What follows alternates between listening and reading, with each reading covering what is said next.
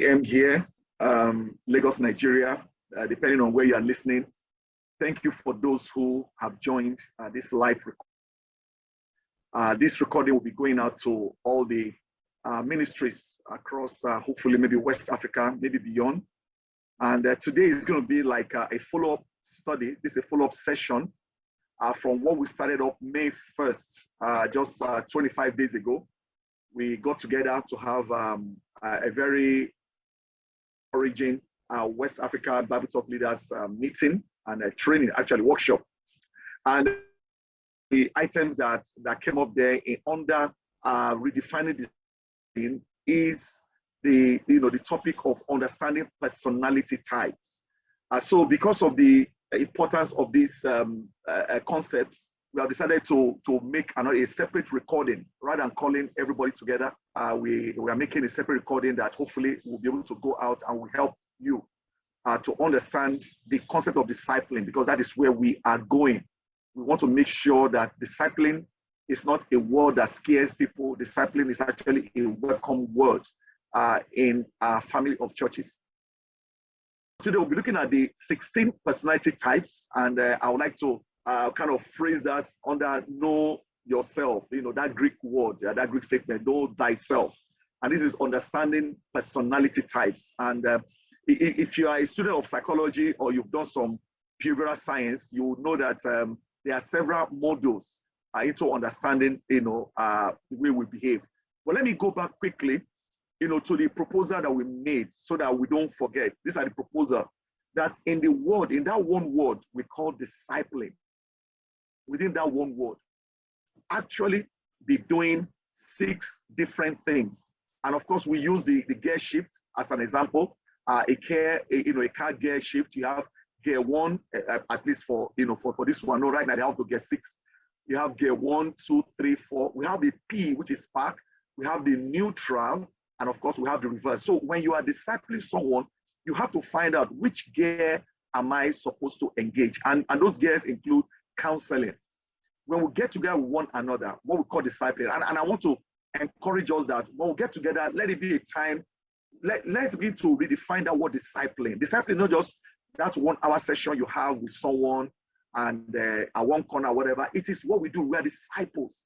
And whenever we interact, we are discipling one another. We are making one another better than we were. So when we come together, we can apply counseling. There will be some situations that require some counseling. So we need to learn counseling skills. Another one is mentoring. Now, if you miss some of this, you might want to go back to the videos. The videos are available. Ask your ministry leader, or you go to YouTube, search for Ministry Training Academy, MTA, Ministry Training Academy, West Africa. You'll find this video there, and you can also download it. So you can apply the first gear or any gear. It could be counseling, it could be mentoring, it could be coaching, it could be teaching. So counseling, mentoring, coaching, teaching. You just park and stop. It's like there are times that we don't know how to go forward or go backwards. We have to be honest. Love, humility, and honest to say, what, this I don't know, or let's just think about, let us pray about this. So don't always assume you have an answer for any situation, every situation you find yourself. There will be some times that you might not be the best person to actually prefer an answer. And there's the neutral. The neutral is there, for us, where you simply are saying, what, anywhere goes, okay, brother. Like there's a guy I was studying Bible with. By the way, got baptized yesterday, 2 days ago. We had this session in Lekki, but you can study Bible. I said, let's go have lunch, and there was just rice. There was white rice, there is fried rice, there is jollof rice, coconut rice. Everything is rice. No matter which one you eat, it's just rice. So there's a time that whichever you pick is okay. Whichever decision you take is okay. This is not the time for us to squeeze our decision on people. And finally, there is reverse. There is reverse. We have to, sometimes we make mistakes. In discipling, you can say, what, I think I was wrong, and I'm going to go back. And this is so huge in discipling. And that is why many people struggle in discipling. Nobody is God here. You cannot be perpetually right. Sometimes we make mistakes. We can even be sincerely wrong. So there is a time for you to say, what, oops, I blew it. Let us go back. I am sorry. You see, I believe with all my heart that if we try to apply these principles in discipline, where we look for a counseling situation. If it's a counseling situation, you are digging back to the person's past to help them. If it's a mentoring situation where the person wants to be a particular person or achieve, we're helping them to achieve, in the present, or you are coaching them, you are getting them up, because of the future, or you are training them, you are teaching them in terms of preparing them. Remember that scripture that says the word of God is for, teaching, rebuking, correcting, training, righteousness.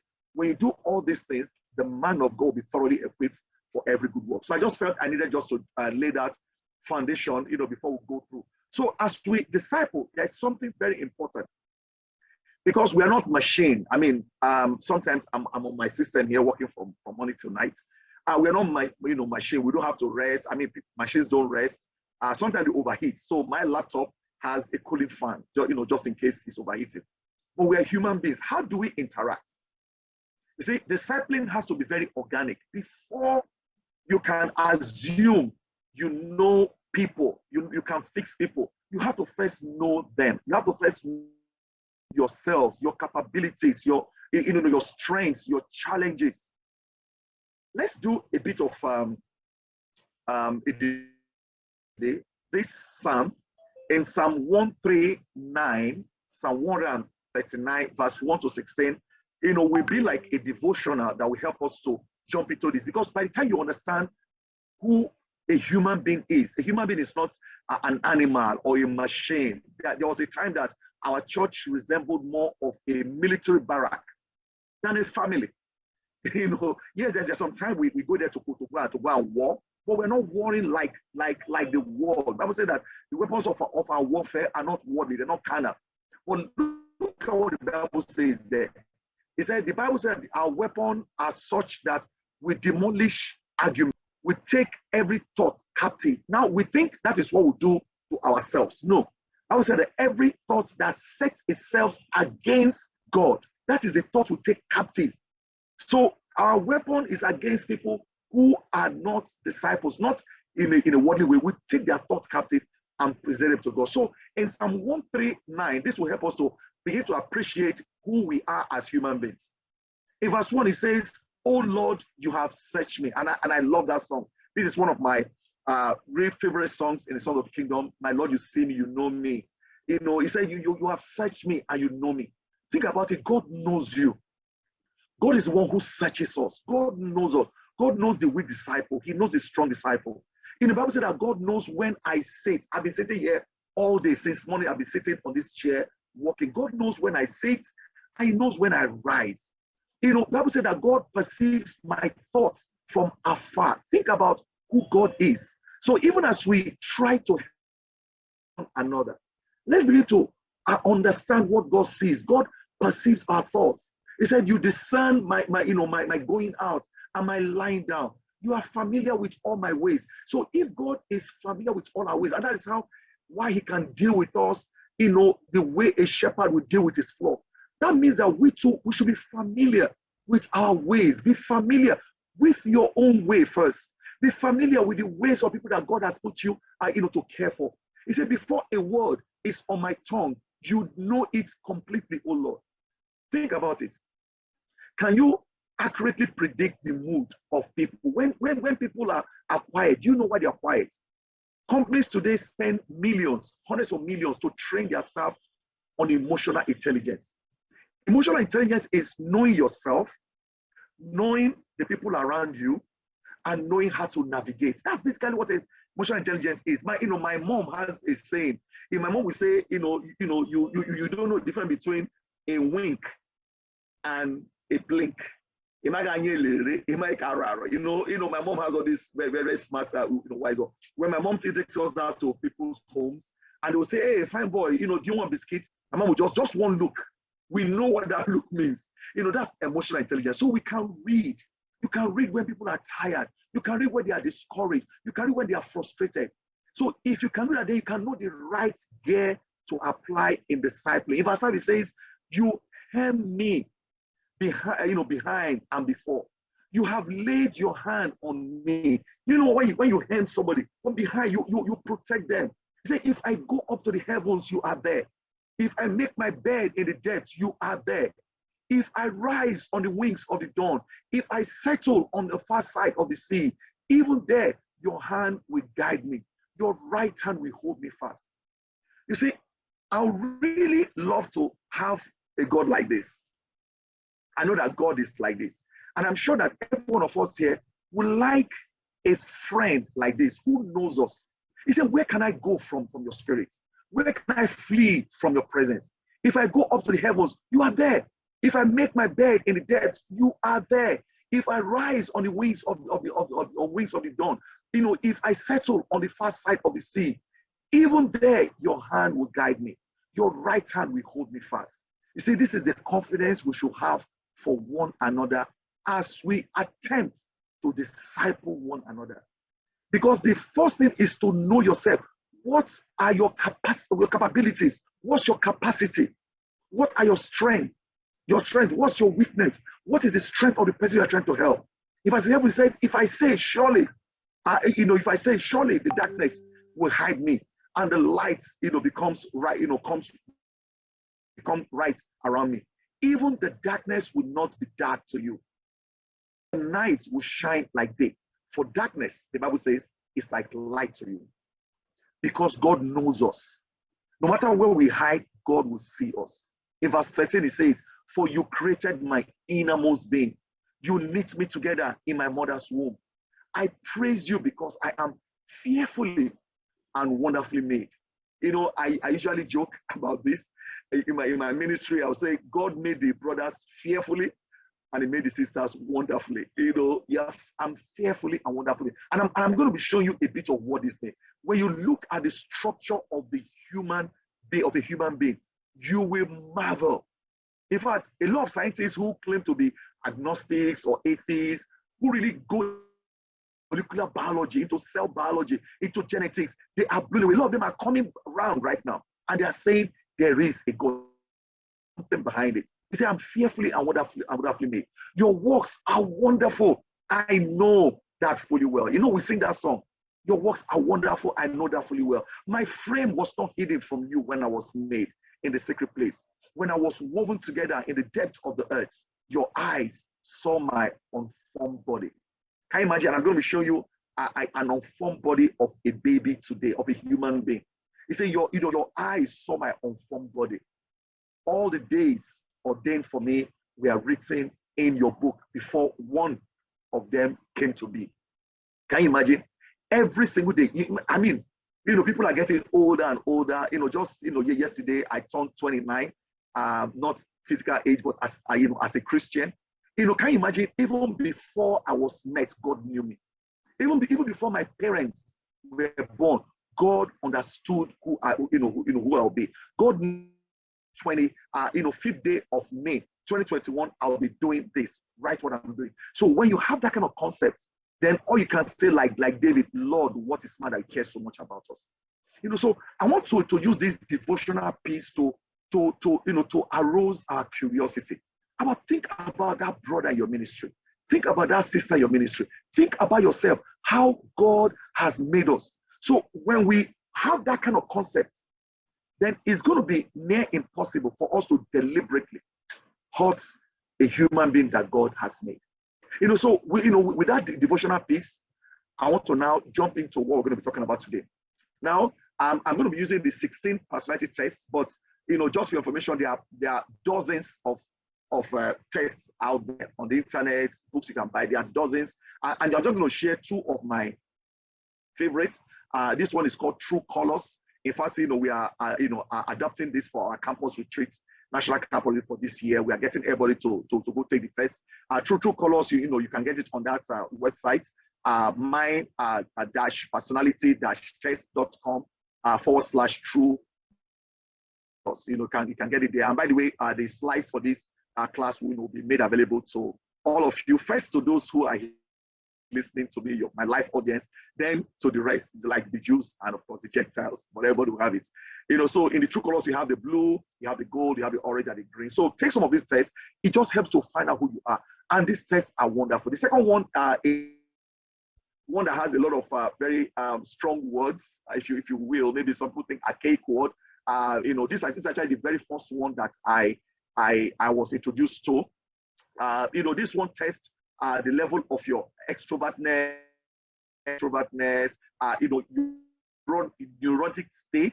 When you say neurotic, not that you are mental, just your way you respond, and of course your stable state. And this way you hear words like choleric. Now I don't use this a lot because they really are not very common amongst the population that we have right now. You say, oh, I'm choleric. That means I'm very active, I'm optimistic, I'm impulsive. Someone say, oh, I'm sanguine. That's I'm sociable, I'm outgoing. The other one is phlegmatic. I'm calm, I'm evil-tempered, I'm reliable.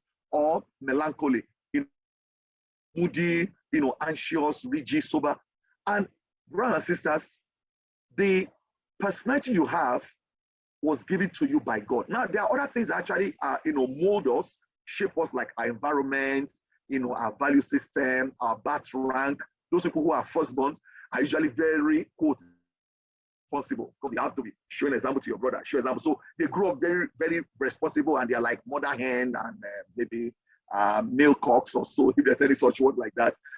So of course your environment also determines so much, but your personality does not change with your size. Your size one time, your personality, eyebrow, the shape of your eyes, whatever. This is something, it's a gift actually. So today I want us to be to see personality as gifts. Remember, God made us fearfully and wonderfully, and God gave all of us gifts of personality. Unfortunately, in many times I have seen what we attack is people's personality rather than looking at character, and I'm going to be talking about that very soon. Is rather than looking at focusing on saying we focus on their personality. Have you heard anybody say, brother, why are you like this? Why you're not fired up? You're not. It is his personality, and because of that, people have identity crisis because we push them to want to become who God has not made them. All of us are called to be, disciples, but all of us can do the same thing. We all have gifts. So today we're going to be focusing on the 16 personality tests. But I ask the question, why study personalities? Why study personalities? And that is very, very key. We have done this study even in my household, my wife, my son and my daughter, we've taken the test, we've discussed it, we've shared, and I've taught this class, to many people, both in the corporate world, in the youth, in the faith-based environment. I've taught it, and it's always the same result that you get. Now, I'm using this example because I have used both cars as a choir, which is a V8, and also a Camry 2.2. If you see, they are both Toyota. So see, human beings are like that. You are both created by God. But when God made you, he endowed you with special things. For example, let's say for example, because I've used this car, I've driven a Toyota 2.2 for 12 years, 12 years. I will tell you, the fuel efficiency is incredible. One brother told me in Singapore many years ago when I went to Singapore, and he asked me the kind of offer me Bentley, by the way. And he asked me, what kind of car do I drive? I said, 2.2. And he said, bro, that engine is designed to run forever. I said, I know. I actually know. I never had a problem with the engine, really. So the engine is very fuel efficient. I changed my brake pads. I service my car. I change my oil. It's so easy. And it goes fast. And I can park it anywhere. And it's a popular car. So those are the advantages. Now, if you look at the V8, it's another human being, big size, more roomy. I can park as much as 10 people there. I can climb the hill. I can go, and it has a presence. There are places where I would drive to. Some estates, all these estates with gates, where they have to check you. I would drive my Sequoia there, one up. The security guard would almost always, all the time, open the gates for me, before even asking, who are you looking for? All the time they open the gate. So there's a presence. You see, the problem is people want a Toyota Camry for all the advantages it has, but they want it to do all the work of a Sequoia. That's where the problem. Can I have a Sequoia, that is fuel efficient, like a Toyota Camry? Can't I have a Sequoia with 1.6 liter engine, whatever? Then it won't be a Sequoia anymore. They all have advantages. The problem is that we want everybody to be the same. And that is why studying personality is such a huge thing. And we end up giving people names. We end up, branding them. You two, they do like mumu, you two do whatever. But you don't understand. There is a function for that, person there. So let's step in. If you have not done the test, I will encourage you maybe after this class to go test. You can't do it while we're doing this class. You'll be very, very distracted. It will probably take you like 5 minutes, to answer the questions by just going to 16personalities.com. And I really like this test because it's multilingual. I remember we've used it in one of our campus conference we had at the Kobusi a few years ago. So whether you are French, whether you are Spanish, you always get your language is there and everything. So I want you to imagine that let's say God created 16 personalities. Think about it. God created 16 personalities. And God has given a dash of those personalities into everyone. Just a dash. A little dash here, a little dash there. But he endows you with an extra portion. And that extra portion is the one that determines who you are on the average. That's who you are. And this test, you are going to be saying things like ISTJ, IS. We're going to be explaining all those things right about now. So first, you have to know yourself. If you want to disciple someone, you have to know yourself. So know yourself. Understand your personality. So I promise you, I'm going to show you pictures of unborn, babies and everything, or how we grow up. But let's start from your brain. Let's start from if you look at here on the far left up left hand, you see the brain of a 29-day-old child. Then by here you see a 33-day-old. Now what you see is that you see how they are so different, absolutely different. Everything is so different. So as the baby begins to grow, and by the time, believe it or not, by the time you are 9 months old, this is where the baby is.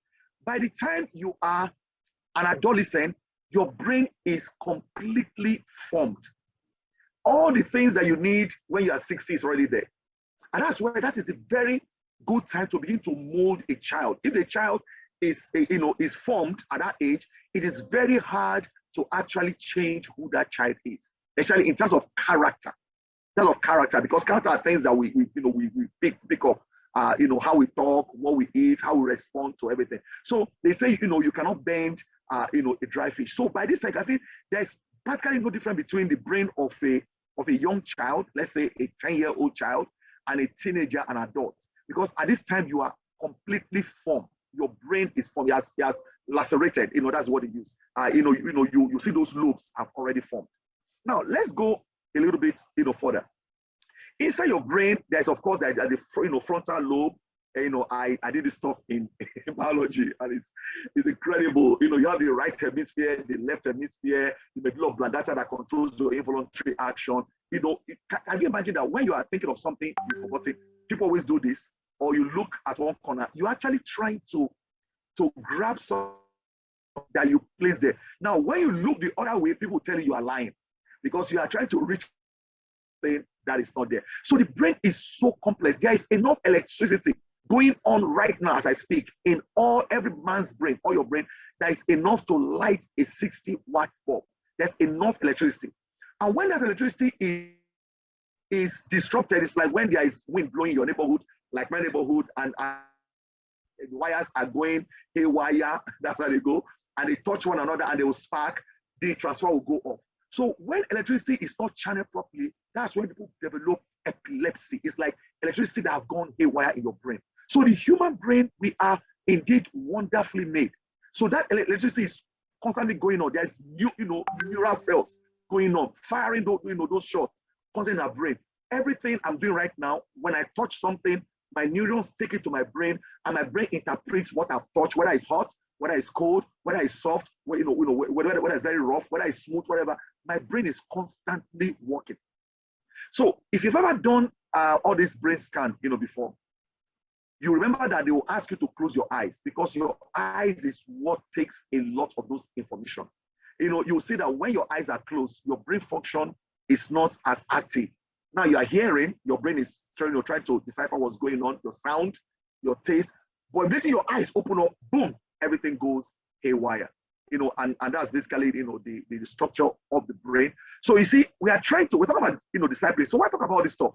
First, you must understand how complex people are.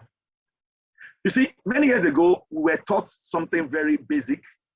We were taught that men are right brain and women are left brain. So you will say that they will tell you that, okay, men are this, men are that, women are that. Now, that's actually old biology. That's actually ancient biology. That's 70s biology. We have found out that nobody is like that. That's not actually how it is. What scientists have found out is that everybody has the same brain, both right and left brain. But interestingly, and I'm sure the women will be fired up about it, while an average man can use, is only able to use one part of the brain at a time. In other words, a man will apply his right brain, and when he has finished, he now jumps to his left brain, and when he has finished, he can go back, whatever. But women, for some reason, women have the ability to actually function those two sides at the same time. A woman has the ability to actually draw strength from it, and that's why a man will do things irrationally, and after you now calm down and say, I need to say, I know I will not do that. So a woman will say, oh, honey, calm down. You are driving too fast. Calm down. Like nothing will happen, whatever. So women are able to actually weigh things more. And that's why you're not surprised women are better, I want to say they make better moms. They're actually moms. Raising up a child, a woman actually does a better job. Because a woman will be sleeping and the woman will hear the cry of the baby and will say, that baby, the nappy is wet. The baby is hungry. The baby is tired. A man has no idea of what a woman is talking about. So that's why we should appreciate one another even more. And this is how it works. A woman, can function with both lobes at the same time, while a man can only function one at a time, then you switch to another one. It doubles very fast, but that's how God has made men. And that's why men can take risk. That's why they say, we don't think twice. You think only once. Men can take risks. Men can go to war, whatever. That's why women are better nurses. Women can nurse. Women they are better money managers. They can manage money. A man can blow all the money, then afterwards say, what did I just do?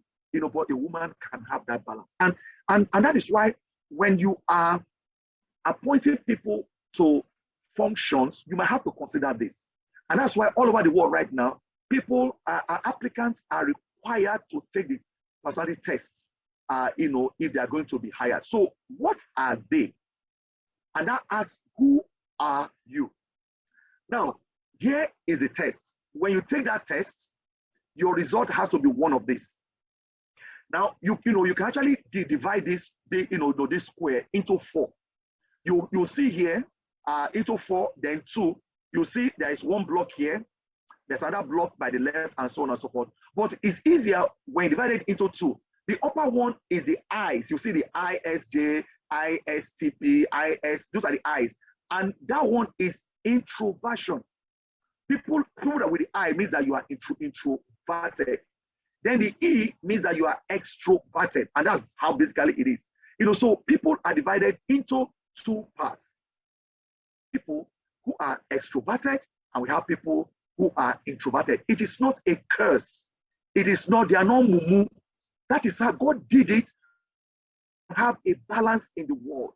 Some people are extroverted and some people are introverted. Now let us explain what be an extrovert is. It is not something we use to call each other names. And I know those things. We know, that guy is an extrovert. Though. Sometimes we used to label people in a negative way. It becomes derogatory. An extrovert simply means that you are that you are outward. You focus your energy outward and you draw strength from things. That an extrovert could be described as somebody say, oh, you are a talkative, you are outgoing. You like the fast pace. You tend to work out ideas. With others, you think out loud. As they are thinking, they are talking out loud. They enjoy, being the center of attraction. That is how God has made them. It is not something used to curse them. That means you are extroverted. You strength from your environment. Then the one who is introverted is not a mumu. Someone who is introverted, could be described as someone who is reserved or is private. He's reserved and private. He prefers the slower pace. With time for contemplation. You rather go, okay, let me think about it. Let me go again and think about it. They simply take their time. They think, they tend to think things through inside their head. An extrovert will speak out how they are feeling. An introvert will just ponder every single thing. Now, there are things we need to watch out for. We need to learn how to manage people like that. An introvert, will rather observe than be the center of attraction. If you say, hey, be doing it, I'm behind you. Every time, so I'm right behind you. You know that he's an extrovert.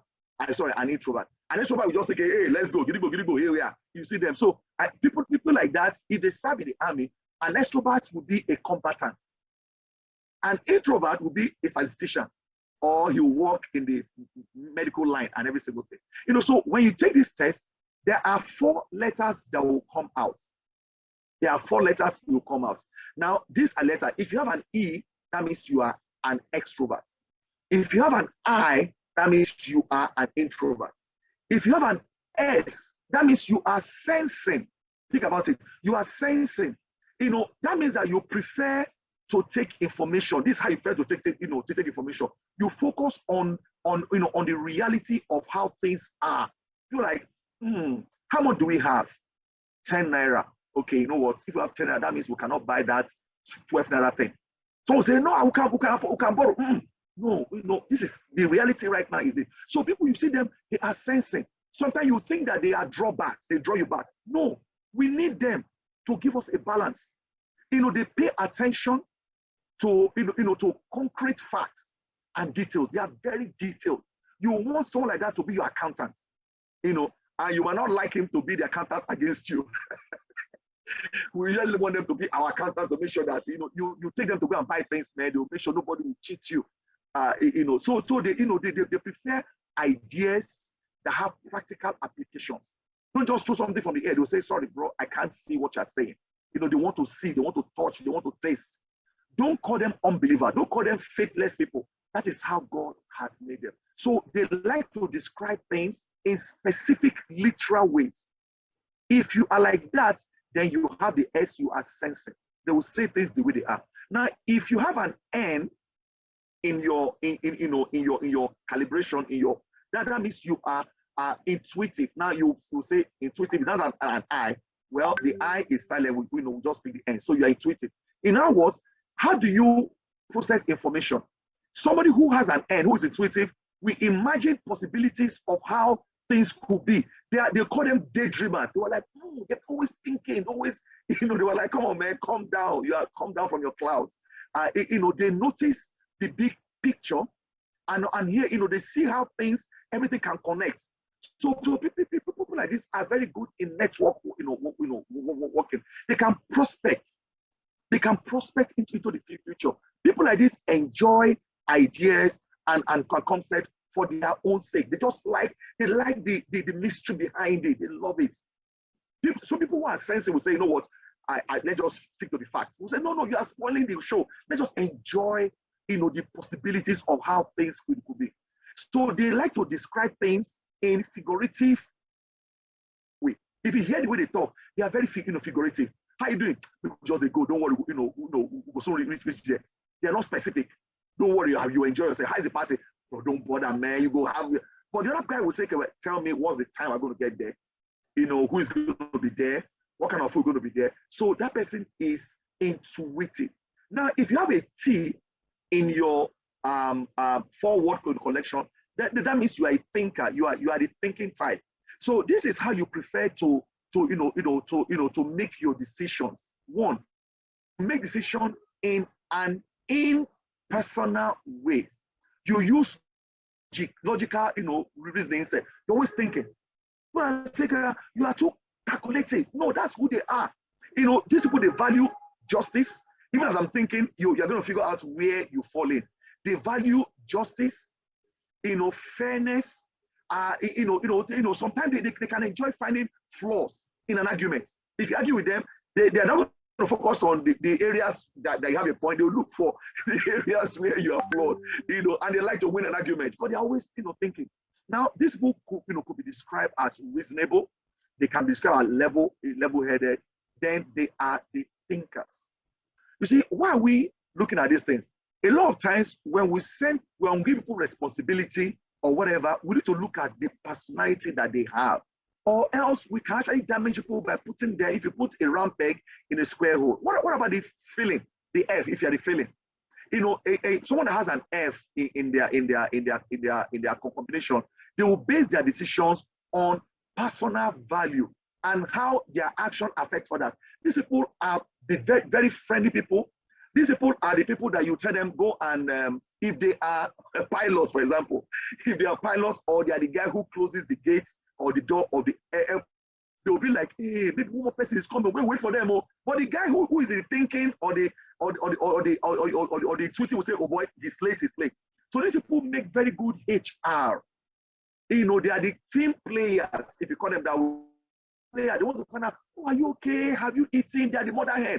And sometimes they, you know, they can get on the nerves of people who are like, you don't do now. Why are you asking all this question? So they value money. These people, they value forgiveness. They like to please others. And sometimes they can be people pleasing. But that is who they are. You know, they value harmony. They like to please others. You know, and they point out the best in, you know, in other people. For example, I was in I won't say meeting, not a meeting.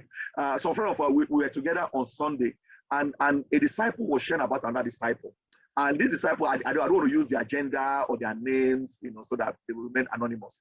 But it's something good actually. So this disciple just marked a milestone in this disciple's life.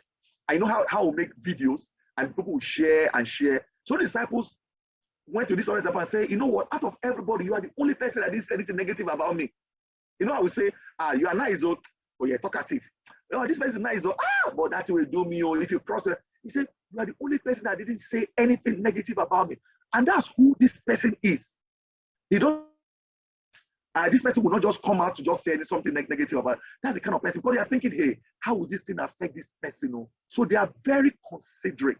People that have that F, you know, in them. Then the J are people that have it, you know, judging tendency. And again, none of these things are negative in themselves. So I know I look at it and say, oh, this one is good. No, none of them is bad. They are all good because they were made by God. Remember, we are wonderfully and fearfully made. God has placed all these values and all these things in every one of us, but in various capacities. Now, if you are the J, this is how you view or prefer to view the life around you. You prefer to have matters settled. So like, okay, you bro, that you said, you said to me, let's talk about it. I don't know how you spoke to me that way. Meanwhile, the other guy was like, hey, I don't know how I'm going to go and talk to this person, and whatever. But the other person would like, boom. So don't come to a point where you in a worldly way. You can't say, hey, look at that person, that's a disciple. You whatever. No, and we've done that. I've done that too. Where we kind of go for people who we like, and we label people that we don't like, not because they are evil, but because their point of view are different from our own. So the person with J, they always think about rules. They think rules, deadline. People like that, they say rule, deadline should be obeyed. If the traffic light says red, then why are you going to go? Whatever. People say, you can always, whatever. No, they say you have to. So if people like this are judges, they are those judges that are incorruptible. And usually some political parties will not like their case to go to people like this, especially when they are wrong. So they prefer to have things in detail. They detail it, step-by-step instruction. They make plans and want to know how you are going to get into it, how they're going to get into this plan. They are the judges. So I'm saying now, bro, are you judging me? No, judging there doesn't mean that they are condemning. And that's why we need to learn the meaning of some of this word. When we use the word judging, I know a lot of times we are thinking condemning. I would say that we are competent to judge one another. In fact, we will judge even angels. You can judge angels. It's basically making decisions. People like this, making decisions is very, very easy for them. People who are more feeling oriented, making hard decisions is very, very hard for people like that, because they are very good in considering every indices before they take a decision. But people here will say, well, did he steal? Yes, he stole. Has it been confirmed? Yes, it's been confirmed. So, what's the penalty? 2 years imprisonment, let him have it. But somebody who's feeling will say, yeah, let him have it, but he has a child, an unborn child, a child that is 2 years old, that doesn't know anything, whatever. They want to appeal to that one. Now, the last one is the P, which is the perceiving. And this is how people view the world around them. They prefer, to leave their options open, whatever goes. I ever have a friend who say, anything, man. What do you want to eat? Man. What do you want to drink? Anything, whatever. If party want to go, they are very open. They are perceiving. They see rules. Yes, they know there is rule, but in their mind, deadlines and rules should be flexible. Bro, so I came late. Relax now. Take one. Take a drink. So people are like that. They are very sociable. People like this, they like to improvise and make things up as they go. Don't worry as you go. Don't worry. You have enough money. Don't worry. We'll find a way out. You see, God has made people like this. So when you take your test, you will not find out your test is a combination of 4. Nobody can have all these things in the same measure. I want you to think that everybody has all these letters in their life. You can't say, oh, because I don't have an F, that means I don't have any feeling. Now, if you know that it is not dominant, so your dominant personality traits are the ones that will come out. The dominant ones are the ones that come. For example, if we just look at by the far left, somebody is ISJ. TJ. So if you are there, this is who you are. That's your combination of you are introverted, you are sensing, you are a thinker, you are thinking, and you are judging. That's a combination. So that means that people like that are very responsible. They are very sincere. They are very analytical. Now let us go to the. I don't want to use the word extreme end. Let's go to the other side. Let's go to the base by the right, which is the ENTJ. This person is the opposite of the ISTJ. So you have the ENTJ. This person is extroverted. He's extroverted. Now, if you want to get the exact opposite, you have to go down, just vertically down, where I'm pointing my cursor right now. Up, you have the ISTJ, you have the TJ. So let's just take it from there. So the ISTJ is very reasonable. You can tell, this guy is very reasonable. He's a very sincere guy. He's analytical. He's hardworking. He's trustworthy. He has some practical judgment, and on and on. So that's who they are. Now, if you go down on this square, which is the ESTJ, the only difference is that this person is introverted. This one is extroverted. So the person with an E is very efficient. He's very efficient. He's outgoing. He's also analytical. He's sympathetic. He's a dependable guy. So where you are is where you have to study. I want all of us to take time to study ourselves. Now, this is what I did. I did not just take the free version of this thing online. I actually bought the app.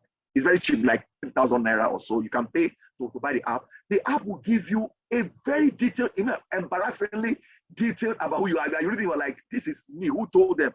Including the kind of job you should be doing, the kind of job you should not do, the kind of relationship that will work well for you, the kind of friends you might flow with.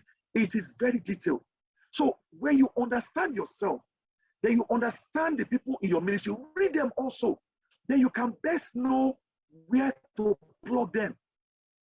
Now, as a minister, I work with young people. I raise a lot of leaders every year. At every point, my wife and I have at least 10 interns under us at every time. And none of them are the same. None of them are the same. So our job is not to clone everybody to be the same. That's not our job. Our job is to first to understand them, understand who they are, and help them to be the best for themselves. For example, in my ministry, there are people that if I want something done like now, like if I want somebody that will not sleep, that will get something done, whatever, I know who to call. Who will, like, if I'm not going to do it, and if I don't do it, I'm not going to sleep. Now, if somebody is bereaved, whatever, I need someone to go and counsel, someone to go and really care, that will sleep in the hospital, that whatever, I know who to call. Now, the first person might still be able to do what the second person does, but it won't be the best in that thing. We'll just manage, but won't be the best because their own personality is more of the outward sense. So have you ever been to a nurse who is so caring? Have you ever been to a nurse who is so caring that they made you get well faster? Hold on, let me just plug in. My speaker is giving me indication that it's battery is running down. Okay, excellent. Okay, yeah, but have I been to a nurse that the way they take care of you, I mean, even when they give injection, you won't feel it. Now, have you been to a nurse that you don't want to see? We're like, is it that one? Let me run.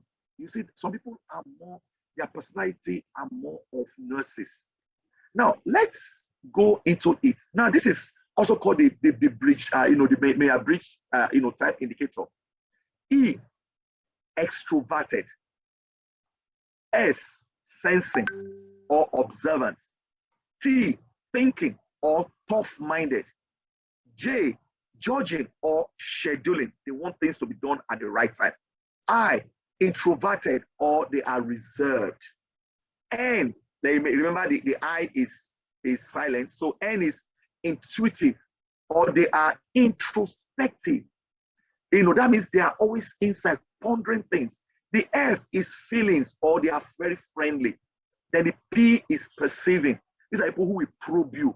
You are talking to them and they are looking at, they will make eye contact. They're looking at you. It's like as if they are looking at your soul. It's as if they have an X-ray to see everything. God has put all these abilities into everybody. But the ones that jump out are your dominant traits. Now, if you've taken the test, there's something I forgot to actually indicate here. If you've taken, let me see if I have it in the next slide. No, okay. If you've taken the test, you might be told that you are, for example, you are ENTJ, what do you call it? T. They might put T there. That T means you are turbulent. That means you handle things. You might not have the ability to handle things in a very way. You are very turbulent. So people have asked me, what does this dash? This dash I dash, T, that's practically, what it means. Now, in this color scheme, what we've done here is to group them. So wherever you are, please find yourself now as we speak. That's if you have done the test. I believe you must have. Just find where you probably belong here. I know where I belong. I've seen myself. I know where I belong. If you want to know where I belong in the blue corner. That's where I belong. I belong in the blue corner. If you are an ENFJ or INFJ or ENFP, you belong to the green corner, and so on and so forth. Now, this is actually another way to understand it.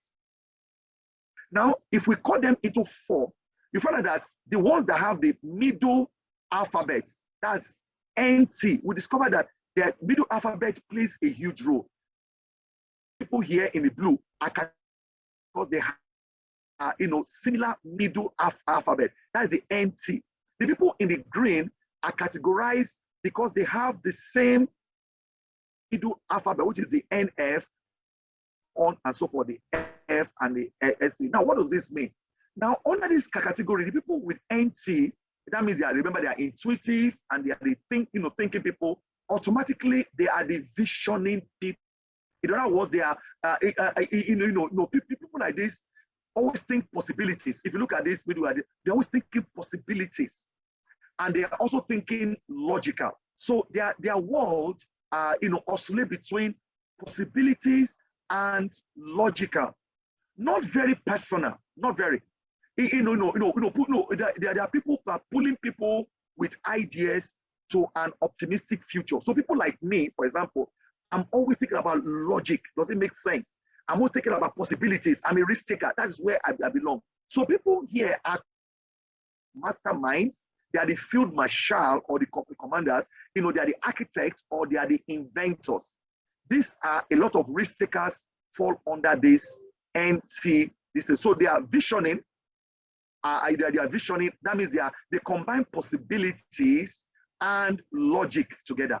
Possibilities and logic. Now, when you go to the green corner, these people combine possibilities and personal. They are very personal. So they are very humane. So that's where they are, the NF, they are valuing. While the blues are visioning, they're always thinking ahead about what can be done. These people are thinking back, they are more value in. In other words, they are manifesting universal value, and value people are more important to them than ideas. People are more important to them than logic.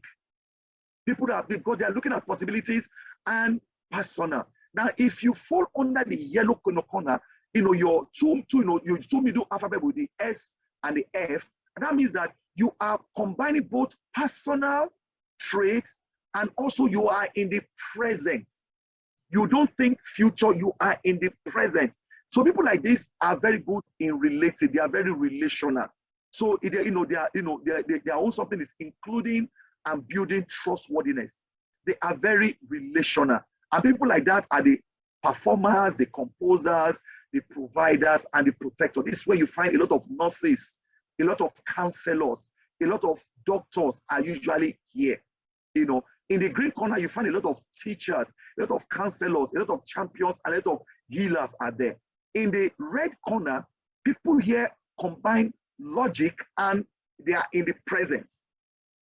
And those people they are always directed. Remember, they are also on the left-hand corner that talks about possibilities. Possibilities, and they say so, but they are in the present. They are the inspectors, the supervisors, they are the operators, they are the promoters. This is action from a strategic perspective. People who fall under this. You see, that is how God has made all of us. We should not think of a group where everybody is the same. That is one of the mistakes that we did decades ago in the church. We were trying to build a people where all of them are the same. They talk alike, they think alike, they respond alike. And we even use scriptures to kind of justify it. And people were hurt. In other words, if you cannot measure up, you are dropped. If you cannot measure up, you are dropped. Rather than finding out, what is this person good at? Why did God create this person? There has to be something that this person can actually be best in. If you look at it, for those of us who are on staff, many years ago, the only position that anybody aspires to, and there are still a bit of it even now, is evangelist. That means intent to evangelist. Intent to evangelist. No matter your gift, evangelist. No matter your inclination, evangelist. No matter your strength, evangelist. Not for that, not everybody has that gift to be an evangelist. Some are going to become congregational ministers. Some are going to become teachers. Some are going to become elders. Some are going to become administrators. But because we valued one gift above the rest, if you cannot measure out, you are dropped. So brothers, look around your Bible discussion. What can people do? What can people be? The goal of every member might not be to become a Bible talk leader. That's not the goal. Now, if everybody's a Bible talk leader, who's going to do the refreshment? Who's going to set the place up? Who's going to follow up? Who's going to do the studies? Who's going to let's identify the goals, the gifts. Think of Jesus Christ that had apostles, and they are as crazy as they come. Among Jesus' apostles was someone who was like John, the beloved, who would rather just recline on Jesus' shoulder and just rest, like mommy type, just recline. Among Jesus, the disciple is a tax collector who's always calculating. Man, this thing could have been enough to. Which is that one? They are the accountants. Among your disciple is even a zealot. Someone is zealot. You see those guys who carry dagger around. They were the dagger men. They are the freedom fighter. Among your disciple, they were freedom fighters there. That was why even at the Garden of Gethsemane, Jacob was talking about a proverbial sword, and this guy drew out a dagger and said, "We have, in fact, here we have like Sandoka. If you know Sandoka of the 70s, we have two.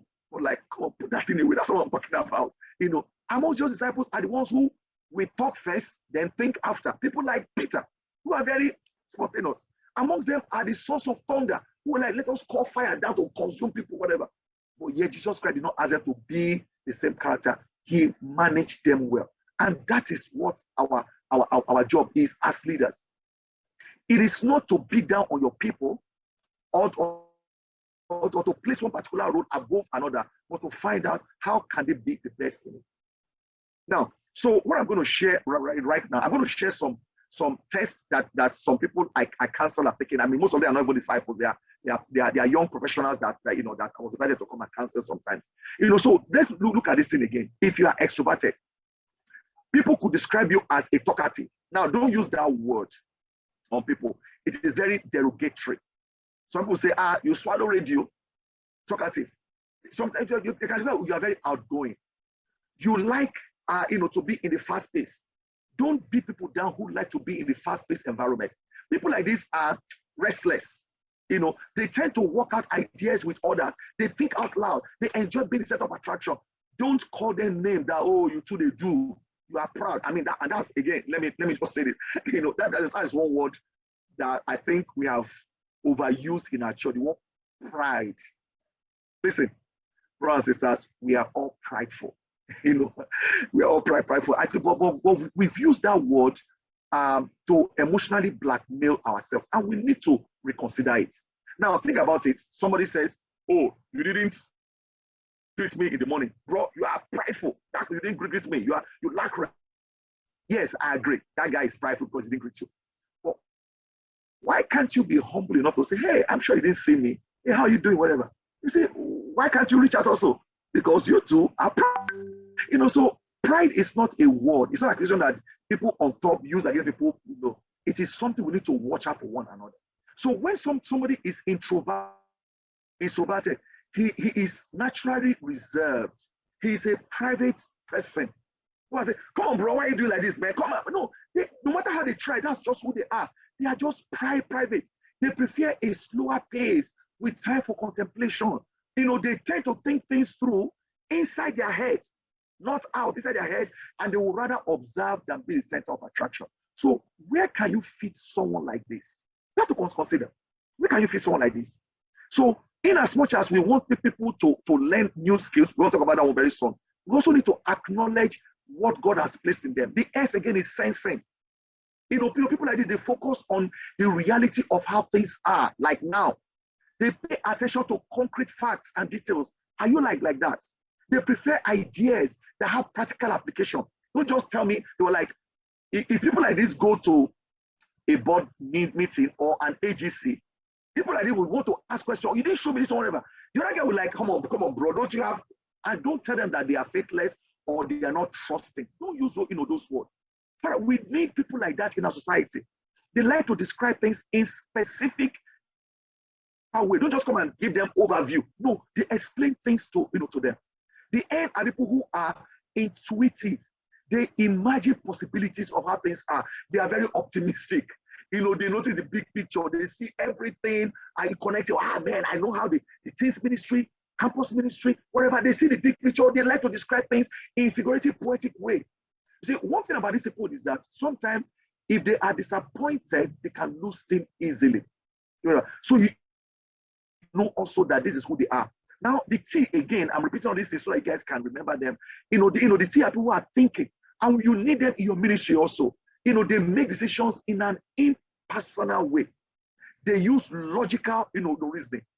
They value justice, fairness. Listen, I have been in a meeting where people are in the meeting. Some people, when they want to talk, they start by laughing first. They just laugh. Everything is funny to them. Whatever. They kind of, that's just who they are. And they just crack a joke, they laugh, and you think they are not serious. And don't use those words for them, by the way. They're like, you're so unserious. But there are people who, they are, quote, very serious. When they ask questions, whatever, they are probing. See, it is very easy for us to want to like those other people who are just easygoing and now hate or dislike people who call us to order. Who call us to order. What are people who are more feelings oriented? They base their decision on personal value, or like, you got my friend now, let's leave him, let's cancel the debt, Joe. People like this they are very good as HR people. They're always looking out for people. How you doing? How's the job? Have you eaten? Why do we give maternity leave to women? Why can't you give paternity leave to men also? Why? Because a father needs to be with the child also. People like this, that's the kind of things they'll be saying. They value harm. They value forgiveness. They like to please others, to point the best out of people. They could be described as warm. Again, I keep repeating it. The mistake we cannot do is not to put people against another. Or I say, can't you see this person? Can't you see that he's very agreeable? That this one be disciple, but that one, and as in we have made those, those mistakes. As we round up, we look at the J, judging. They prefer matters settled. You see, don't round up the figure. People like this, when you offend them, they want to come and hear you say, brother, I am sorry. You know what we normally do? We offend somebody and want to disciple them on top of it. Let's be let's be watchful some of those things. Because that I can tell you that's actually pride. When you are wrong, you are wrong. Whether you're a leader or you're a follower, you are wrong. You remember Paul in Philippians, some of us we like the part in Philippians that says everything right, which is good. We use it for our kids, sometimes to blackmail them, to do what we want them to do everything without complaining or arguing or whatever. Ask yourself, don't you argue sometimes? Don't you complain when things are not going very right? But see, you have to understand the context of that passage. Now, the person who we're talking about here is Paul. When Paul was falsely accused, beaten, and jailed in Philippi, what did he do? Think about it. When he was falsely accused, jailed, whatever, and then after that, this guy is a Roman citizen. We just beat a Roman citizen without a fair trial. What did they do? They tried to not dismiss Paul quietly. Paul could have said, okay, I'm suffering for God. It is God's sake, whatever. Paul said, no, you're not going to dismiss me. You wronged me. And Paul said, I want two things. Paul said, I want a public apology. And by the way, an escort. Give me a siren escort. Treat me well. So let's know how to handle the Bible. Sometimes we can use the Bible to actually blackmail people into doing something that we will not do. A disciple once told another disciple, listen carefully. In the bid to quote, let's beat him in shape, he told another disciple, hey brother, we are the scum of the earth, so don't consider yourself whatever. We're like, why would you say that? And that brother turned to him and said, bro, we are not the scum of the earth. You are not the scum of the earth. In fact, we are valuable. So if you remember those days that you say you want to humble somebody, you want to disciple and humble him, and what we're doing is just to actually abuse one another. They are mental abuse. So this person who is judging, he prefers to have things detailed. He said, okay, bro, can you please draw out the itinerary where we're going? I need an itinerary. Okay, so we're having a party. So how many guests are we expecting? Come on, bro. Anybody can show? No, bro. How many guests? Because the food might run out. Bro, don't you have? People are like that. They like step-by-step instruction.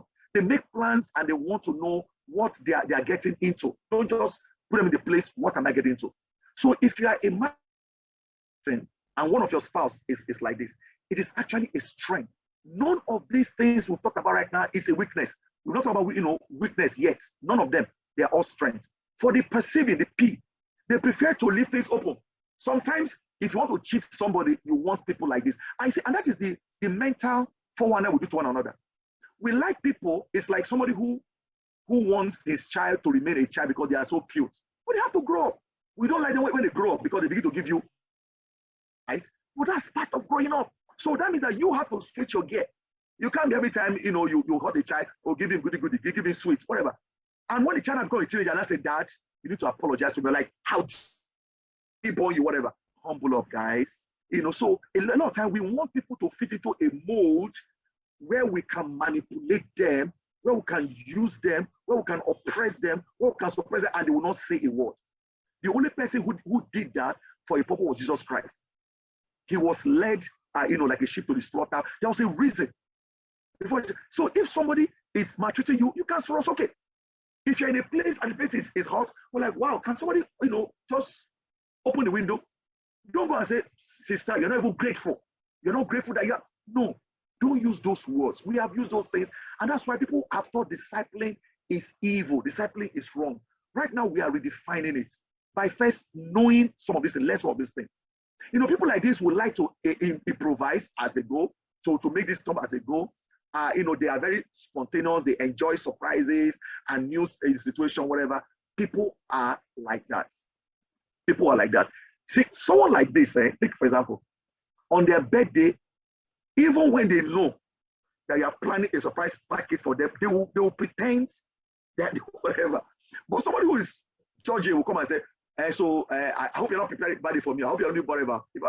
Like you are such a spoil, you are such a party spoil, spoiler.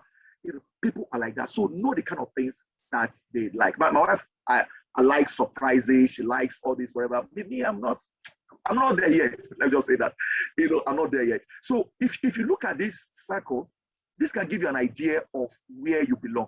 I belong to this orange side, the ENTJ to the INTP. That's actually where I belong. These people are usually categorized as the intellectuals. The people who belong to INFP and INFJ are the visionaries, and people here are the creators and of course the protectors. Of course, you see people like the nurse, the policeman, and every single thing. God has created us and placed this thing so that you can have a balanced society. And if you notice actually in the animal kingdom, we have more prey than the predators. Predators are usually very few, and the way they multiply are usually very, very few. For example, lions don't multiply like sheep and goats and antelope. But if lions multiply like that, we're in trouble. So God has a way to just balance them up. For example, the bigger the very common things they eat, like for example, elephants. Elephant is the biggest land animal, really. We eat only grass. Think about it. If elephant feeds on flesh, we're in trouble. We are really, really. What kind of flesh? I don't know. So there's a balance. So people, interestingly, people that fall under these categories that I am actually, they are, believe it or not, they're actually fewer in the society. For some reason, they're actually fewer in the society. And the care providers are actually more in the society. God has made everything, the way. So if you are an ISTJ, you are doing what should be done. That's kind of person. Let's just do it. If you are an ISTP, you are ready to try anything, anything once. If you are ESTP, you are the ultimate realist. You are the daydreamer and every single thing, and on and on. If you are one of the disciples in my ministry, is actually an ENFP. I will already laugh. He's the smooth talker. He's the persuader. He can talk people do things. The way do your mind is sweet. God has made them that way. If you are an INJF, you are an inspiration to other people. You see, all these things are all positive. If you're an TP on this blue corner, you are you are the person that loves to solve problems. You love to solve the problem. If you are EN TP, this is the one who is excited. Engine other people, let's go. We all cannot be like that. So as a team leader, your job is to know your team and know where to plug them in. Don't do the things that we did many years ago. Let's say, for example, this guy is a song leader. He has the best voice. He's very charismatic. When it comes to sing, people literally feel the Holy Spirit. They feel like whatever. But because the person let's say failed to meet his migration goal, what do? You step him down from doing that which God has called him to do, and you go and appoint somebody who is less qualified to do it. In a bit to quote, you say humble him. At the end of the day, you demoralize everybody. Don't use those gifts that way. There are some brothers who are just the life of the party, they're whatever. They are the ushers. When somebody comes in, they are smiling, they like whatever. Then there are people who are rich people. They are people who are very, so the smiley person should be the greeter. The one who is very should be the one directing people. The one who doesn't forget a finger should be the one counting the money and whatever, and on and on. Let us begin to find out the qualities in everyone. Again, I bring them up again because this thing is what you again. From up are the people who are introverted. The I, when you have an I in your first letter, you are introverted, and the one are extroverted. So the world is divided into people who are introverted and people who are extroverted. Amongst them, they can do only that they different energy. That's just it. They do the different energy. So sometimes, if you want something done like now, you might need somebody who is an extrovert, who is an extrovert to go and do it. Now, if you have time that where you have to sensors and get a vote, you might need somebody who is an introvert, whatever, who will be able to say, okay, guys, okay, let's take our time, let's whatever. Know where to place people very well so that they can be the best. And when you're discipling them, You are discipling them to be the best in them. The Bible says that train a child, for example, in his ways. A lot of people have misquoted or misread that scripture, and they have harmed themselves. In many ways, so, oh, if you're a disciple and you reach your child disciple, he will never fall away. There's no guarantee, by the way, to do that. Satan was created by God, was raised by our Father in heaven, and yet he fell away. Adam was, was raised by God, and yet decided to disobey. So there's something that guarantees we are all living by the grace of God. But what we need to do is to keep the door open, so that no matter how far people wander, they can always find their way home. And they will find their way home better when they know that they are valued. Don't treat people as objects. We do that a lot. We use and throw away, like orange. You squeeze, after you squeeze dry. In fact, some of us even go to bed of peeling it and eating and throw away. Don't use people that way. Value people, don't use them. Don't the kind of words you use is very important. So people who are introverted, they are very reasonable, they are dedicated stewards, they are insightful, they are visionary strategies, they are expansive analysts, they are inspired crusaders, they are practical, custodians, they are nimble, pragmatics. The extroverts are dynamic mavericks. Mavericks are people who believe that rules, you can think outside the box. And listen, I'm not saying one person is better than the other. We need them. These are the people who started to say, why should we stay on land? Maybe we can fly. Think about what people told the Wright brothers when they started building that machine. They want to fly. You're like, are you crazy? Think about what people told Michelangelo when he drew those first diagram of a flying machine. Well, they're crazy. Think about what those people always think outside the box. Sometimes they even believe that there's no box. They believe. So don't label them as, you are prideful, you are arrogant, you are with all those words we might use, whatever. We're like, wow, bro, I never thought about it that way. Tell me some more. They are very enthusiastic improvisers. They know their impact,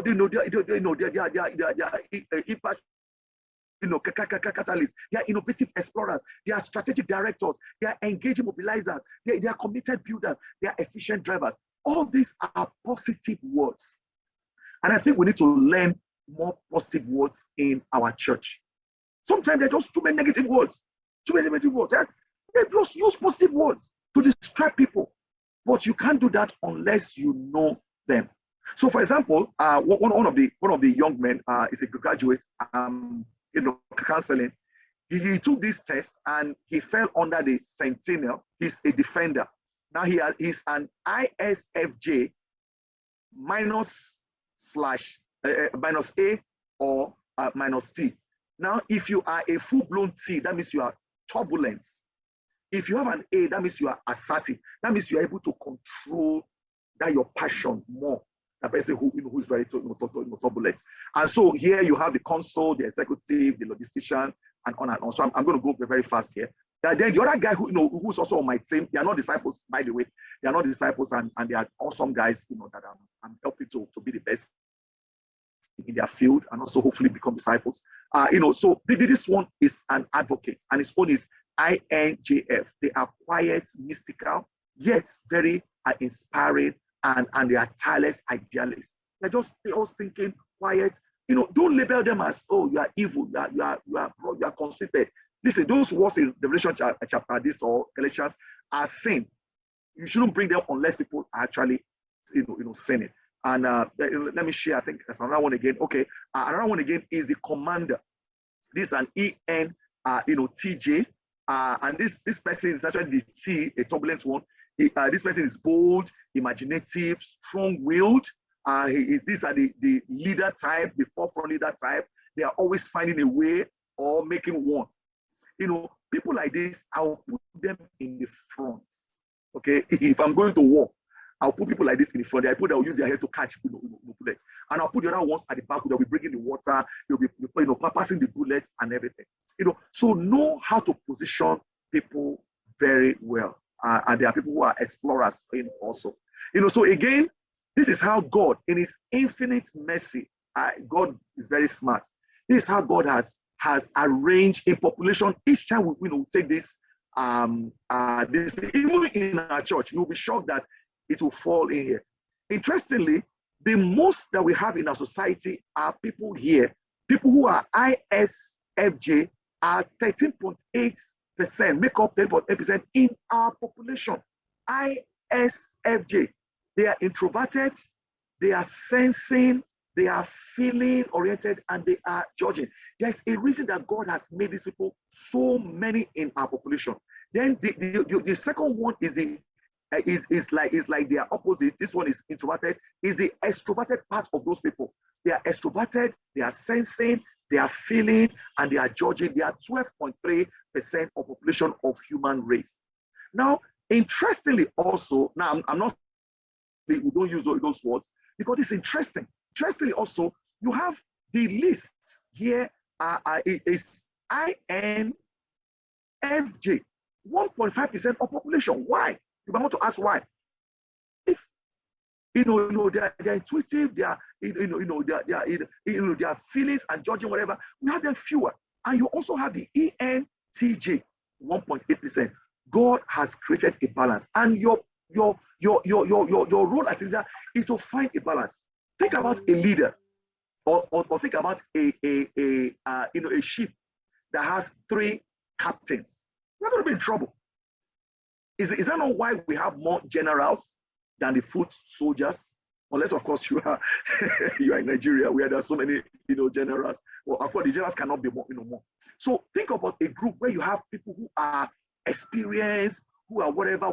They have all the ideas, but nobody to do the work. Is that not why sometimes we have ministries, people are experienced and everything, and yet they don't have studies, and yet it's hard to have people who care for one another. So let's find it, but let's begin to unleash other people that will give us more mileage. Unleash them. That is what we need to be doing. So I gave this guy a short name. He has a real name, but I'll call him Brian. Brian took this test, and he ended up an INFJ. That means idealistic. He's very organized. In fact, he's the first to get a job. They were all applicants when I was counseling them. They are all degree holders and applicants, but this guy was forced to actually get a job. Idealistic, they are organized, they are insightful, dependable, compassionate, gentle, seeks harmony, cooperation, enjoys intellectual stimulation. People are like that. Brian score is this, scorecard is this, INFJ. Second person I call Hobbit. That's not his real name. I've changed his real name. Again, he's the defender. And these are things they sent to me. This actually the screenshots from their phone. They actually sent to me. And this guy used the app that gives his traits as a defender. He's introverted 93%. Can you imagine somebody introverted 93%? In our society, they might call that person mumu. Well, it's not a mumu, but that's just who God has made him. He's observant 55%. Feelings, obviously, he's going to be high in feelings. Feelings is 74%. Judging is also very high. He's 67%. Turbulent, which is the T you see here, he is 60%. That, this person, if he's in your group, don't call him critical. We give people a lot of bad names. Say that bro is critical. No, he's not critical. He's simply finding out the loophole in your methodology. You guys are not critical, but we use wrong words to beat them down. Wrong words to make them feel as if it's not God that actually made them. Remember, we are fearfully and wonderfully made. God, people to look through the budget of Nigeria. We need people like this to be forensic accountants to find out all the ghost workers in Nigeria. We need people like this to do the counting in your church. If you give another person just my church full today, I sure say we'll get like 300 people come church. You're gonna say, bro, I counted. Actually 78 people. Look at that guy, man. You don't count well, whatever. I said, bro, actually there's 78 people, whatever. Sometimes we don't like people like like that. So the hobbits, this is scorecard. And the other guy, I call him the Sparrow. He's a defender. They actually shared a similar trait, but this is how his own is introverted. He has is more of an observer, observing and nurturing and all this thing. Interestingly, he's very high on assertiveness. He's not turbulent. That means he has found a way to control his emotions very well. He contains emotion. And that's why he has an A. He's assertive. The one with the T is turbulent. And finally, I call this guy, is it finally? Okay. This one is Shaggy. I just gave him that, that name. He's the ENTJ. And of course, you know that he's it's an extrovert. He's intuitive. He's thinking and he's, judging. My mind just went to Brother Shaggy. I just said this guy has to be a Shaggy. Now, let us go to what I call the strengths and the word allowable weaknesses. I put the word allowable. And to bring that up, I'm going to show you these two cars again. Now, think about it. What is the strength of a V8? It's very big, 1, very roomy, 2, very strong, 3. It is a 4-wheel drive. That means I can drive on sand and mud, and I've done that several times. I switch to the auxiliary gear to the other gear, and it comes out. It's very prestigious and everything. But what is the allowable weakness? It is high maintenance. That's number 1. Number 2, you need a bigger parking space. Number 3, your fuel. It is 4.7 engine, whatever. And the parts are more expensive. You see, you can't have both in the way you want it. You can say, oh, I want a car, there's a V8, but does not consume fuel. I want a car that's a V8, but the spare part is very cheap. I want a car, that's V8, but doesn't make too much noise. You can't have it. And that is what we try to do. Now you now go to the Camry. Oh, I love the Camry. Very fuel efficient, very fast. It is, you can park it almost anywhere. It's sleek and every single thing. But why can't this thing even carry 10? See, your mate, they carry 10 people. You can't carry 10. It is not designed to carry 10 people. It's not designed to carry 10 people. And why can't it carry load on the head? It is not designed to carry load. So the allowable weakness of the Camry, is that it cannot carry more than 5. Okay, why this one can carry 10? This one can carry more than 5. The allowable weakness of this thing, this one is front wheel. In fact, my Camry for 12 years, I never had a problem with shafts. Not one day, not once. For this one, the money you use in buying 2 tires of this one can buy 4 of this other one. So that's how human beings come. There are strengths and there are weaknesses, or what we call the allowable weakness. So the result of your strength is what you have. Oh, look at this child. I want a child that is smart. I want a child that is intelligent. A lot of us pray. Then God gives you a child that is very smart, and you're not calling talkative. But that's the result. Oh, you are so smart. Why are you questioning my whatever? Because you want a smart child. You don't want a mumu. Then you're not okay. Maybe I want a mumu. You don't get a mumu. I say, you do like your mate. We just complain.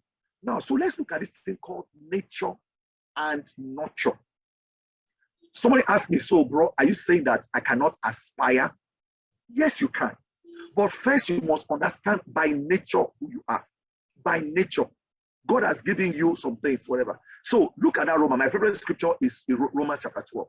Romans 12 says, by the grace God, by the grace given me, I say to every one of you, including me, do not think of yourself more highly than you ought, but rather think of yourself with sober judgment in accordance with the measure of faith God has given you. There's something that God has given you. Just as each of us has one body with many members, and these members do not all have the same functions. Even in Christ, we who are many, form one body. Interesting.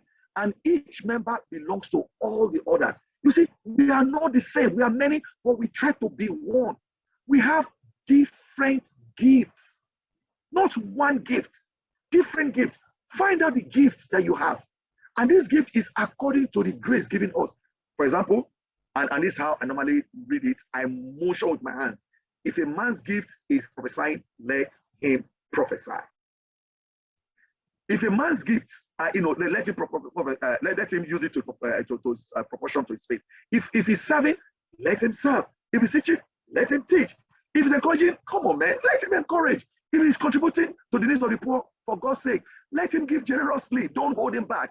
If he's in leadership, For crying out loud, let him govern diligently. If it's in showing mercy, let him do it cheerfully. See, our church, we should be unleashing people in their capacity, not handing them in, unleashing them.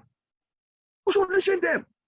If you find a disciple who is very in touch with his feelings, with people, then he should be the one doing the benevolence. Don't go and put somebody who is baptize every single person. When he gets there, he will leave. He will say, if I give you this food now, you must study the Bible though. You must study. No. So let's learn to unleash people. It should be, let him do it. Don't hold them back.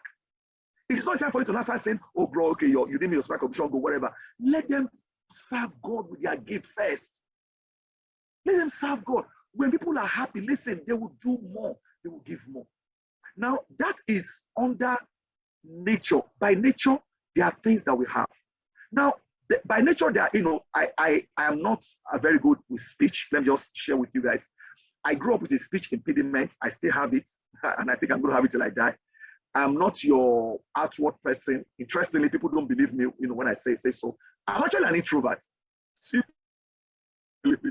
I'm actually an introvert. But because of my responsibility, I have come to train myself to fit the job. My wife will tell you, if you leave me alone, I can be in one place on my own. But because of meeting need, I have to learn more skills to go out. I remember when we just got married, when we were going to visit people, my wife literally tells me what to say when we get to where we're going. I will tell you, when we get there, ask about it, say about it. Because if you leave me alone, I don't know what to talk about. Then I don't know what to say. I remember when I was studying the Bible, I was had to go evangelize before I get baptized. I couldn't. But by nature, and I begin to now learn new skills.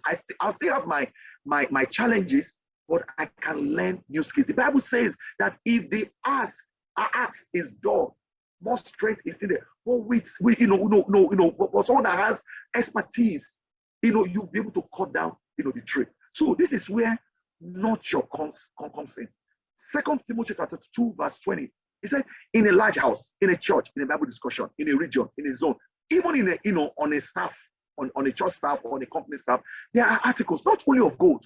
Remember, not only of gold. They are different. You have silver, but also of wood, by the way, and clay. Some of these articles are naturally for noble purpose, like gold you wear on your waist, on your neck, you show them off. And some are for ignoble, toilets, and so on and so forth. Now he said, if a man cleanses himself from the latter, the ignoble, he will be an instrument for noble purposes, made holy, useful to the master, and prepared to do any good work. So rather than competing with somebody that you cannot catch up with, and that's people do really, it's not your gift. Whatever, but you want to put this product doesn't for your ministry. Sometimes I see people, they drag for the mic singing. Bro, you should be a backup singer. You're not the lead singer. Okay, why don't you go and do some voice training? Why don't you go? But they just want to show. See, that is where evil competition comes. And sometimes we even engineer it. We put the wrong people. They shouldn't be. And that makes them, embolden them to now become, you can use the word arrogance. Now, this is something I'd like to share. If you ever travel to Delta states or Edo State, especially Benin, Edo State, you'll see they have lots of red. And whenever it rains, it becomes what they call poto poto. Poto poto. I was very surprised. I taught this class in Congo, Brazzaville, 2 years ago, Congo, Brazzaville. And I used the word poto poto. And the guy looked at me and said, how did I know that? I said, poto poto. He said, that's the same word they call it. So of course it's an onomatopoeia, right? It sounds the way you pronounce it. He said, so it's poto poto. Now, how will you feel, brothers and sisters, if on your birthday or your wedding anniversary or on some great occasion, I just go and scoop poto poto or pack red soil and come and give you as a present? I don't know anybody here that will think of me as a disciple. I just scoop it wet, I just boom. No. You see, by nature, this is what this thing is. It's mud. It's dirty. Nobody will put this thing on their bed. Nobody will put this in their car. In fact, you dust it, and that's why I have foot mats so that we can take them off. But what if we are able to still take the same potopoto and sift it? I took 2 years of ceramics in school, so I can do some of this stuff. What you take that same potopoto and soak it in water and sift it the way you will sift akamo, whatever, and take all the sediments away and mix it until the finest sediment that goes down, and you now take away, the water and let it cake a little bit, and you now mold a sculptural piece and you fire it. It's called terracotta. You fire it. Somebody cannot take this thing and put on their table. That same potopoto, that you dust your feet off. Sometimes when you raise, you say, remove your shoe for enter my house. But you take the potopoto and put it on your neck, put it on your television. I have so many. I thought I could give. I was going to bring some. I forgot. I have clay, real nice one. I bought in China. I'm sorry, in India. I bought some in in Israel. I collected things all over the world wherever I travel. And they were clay. They were useless at the point. So by nature, this is who I am. I was not very, very good with speaking. I was not very, very good in communication. But by nature, I began to train myself. By nature, you can learn. And that is where mentorship will not come in. That's where you can mentor somebody. That's where training can come in. That's where coaching can come in, so that you can become better. Now, what about this other illustration? Mission Impossible. God has made one by nature an eagle. The other one a fish. An eagle, most of the time, is in the sky. Most of the time, this one is in the water. Why will a fish want to envy the eagle? How I wish I'm in the air. One, if you're in the air, you're a telegraphy, you're going to die because you won't be able to breathe. Or an eagle say, oh, I wish I can just swim like the fish. This calls for contentment. Even as you want to add value to yourself, there has to be some sense of. I've seen people say that people have wandered away from the faith. Even right now, some people in the bid to add value to themselves, they are wandering away from the faith. And until your heart is pierced, you will not know. Oh, yes, okay, I want to make myself better. But you are taking yourself out and you might not survive. So even as we try to make ourselves better by exercising, by reading, by going to school, by whatever, doing speech therapy, by voice training, whatever, make sure worldliness does not take over. Remember, you still have your natural habitat. It will still there. Now, here is where we need to get some perspective here. 1 Corinthians 7, verse 17, he said, nevertheless, each one should retain the place in life that the Lord assigned to him. Now, I'm talking about marriage here. Obviously, let me just give you the part so I don't use the scripture wrongly. Marriage and everything. Each of us should remain where God has called it. This is the rule I laid down in all the churches. Paul writes. Was a man already circumcised when he was called? No, he should not become. Was a man uncircumcised when he was called? He should not be circumcised. Salvation is nothing. There's some things that are nothing. Sometimes we crave for things that are nothing. We think it's enhancing us. It is not.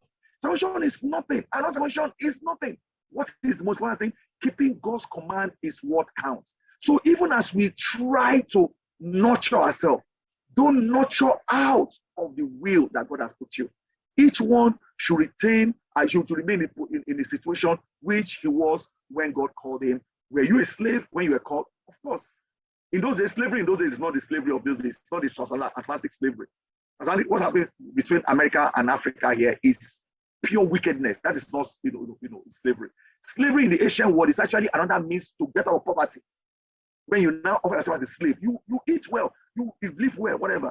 And if you're able to walk your way, you can live. Sometimes some people, even after they've been able to pay their debt, they still want to remain slave because it pays them.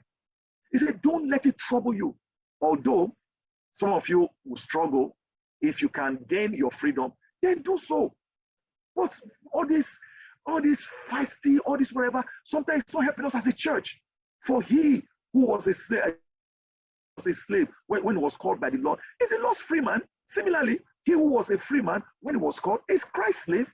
You were bought at a price. Do not become slave of men. Don't become the slave of the things that you're not following. Somebody said that never give your life to anything that death can take away. Brothers and sisters, the Bible concludes here. Each man as responsible, to God, should remain in the situation God called it. Even as we try to better ourselves, don't, a fish can jump up I say, oh, let me just feel the sky, whatever. But don't come out to the point where we now suffocate and die. And an eagle could say, okay, I can actually go down with my talon and grab a fish, whatever. I can even stay there for a few seconds, but don't enter and okay, that is not where God has made to be. You cannot breathe inside the water. So there are some rules of engagement, especially from Romans chapter 12, verse 1. And this rule cuts across everywhere. Number one, without a godly mindset, spiritual gifts, so spiritual gift ministers are, to our pride. If you don't have a godly mindset, those gifts can actually make you prideful. I would say every gift is given for the betterment of everyone. So people don't like to share. They don't share knowledge. They don't share resources. They don't share whatever. It is poison. Somebody said money is like manure. When you spread it around, little things will grow. But when you are stacking it up, it will begin to smell. Thus, we must embrace the warning before proceeding to a further discussion of the gifts. The gifts are a blessing, but they can also bring you down. Now, you have to also exercise the gifts in the group. Whatever you have, people must share it. All gifts are important. Don't treat one gift for another. Don't down on people. If somebody's gift is this, then let him be. Let him do it. Don't take away what he has. Do somebody who doesn't even have. You are not God. Number 4, gifts are what they are. They're just gifts. That's what they are. Gifts given to you. And we must make sure that we don't begin to worship the gifts and not the gifts giver. Number 5, gifts has multiple purposes. Gifts and responsibilities.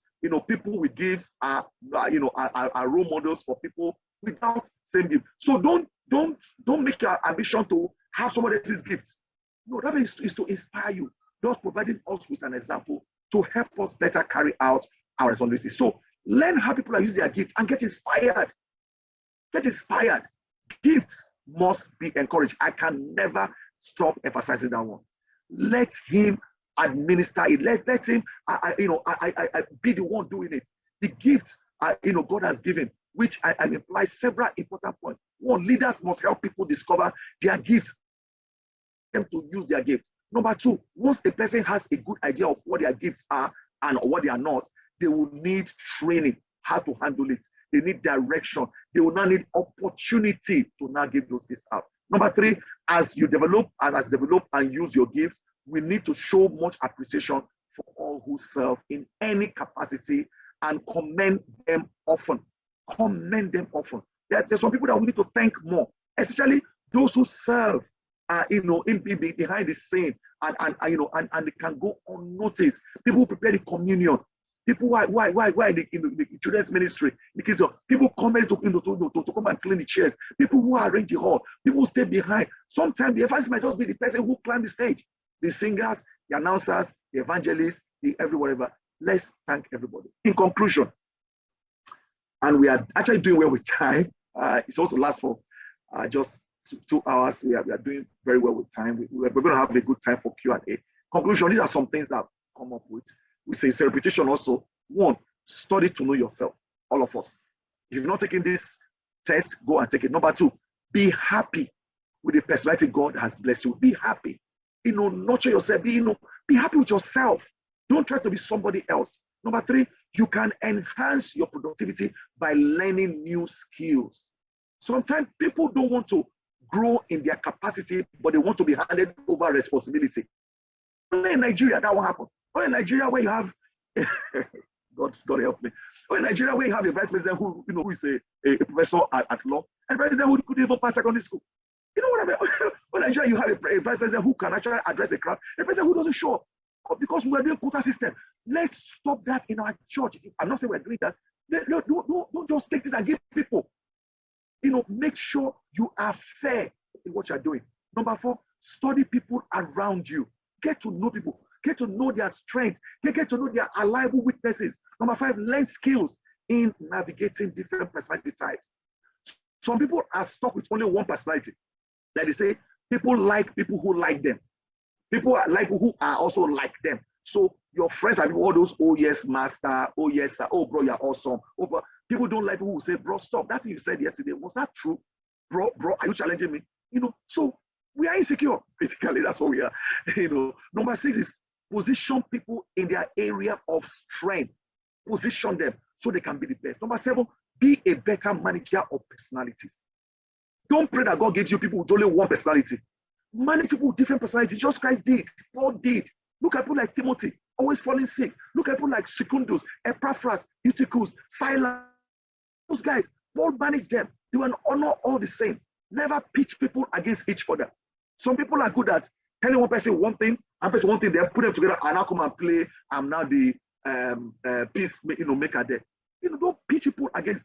If you promise somebody, one thing, don't promise another person the same thing or whatever. And so people show up in church, 2 people want to sing. Well, I was told I'm going to sing. Well, if I want to sing, whatever. No, be clear with information. Love and appreciate people's gifts genuinely. Don't use people as tools. Use them, they are human beings. So when you love them genuinely, not because they are giving to you, not because you're helping your church grow, not because you're evangelizing, not because they are a big giver, because the day they stop doing those things, you hate them.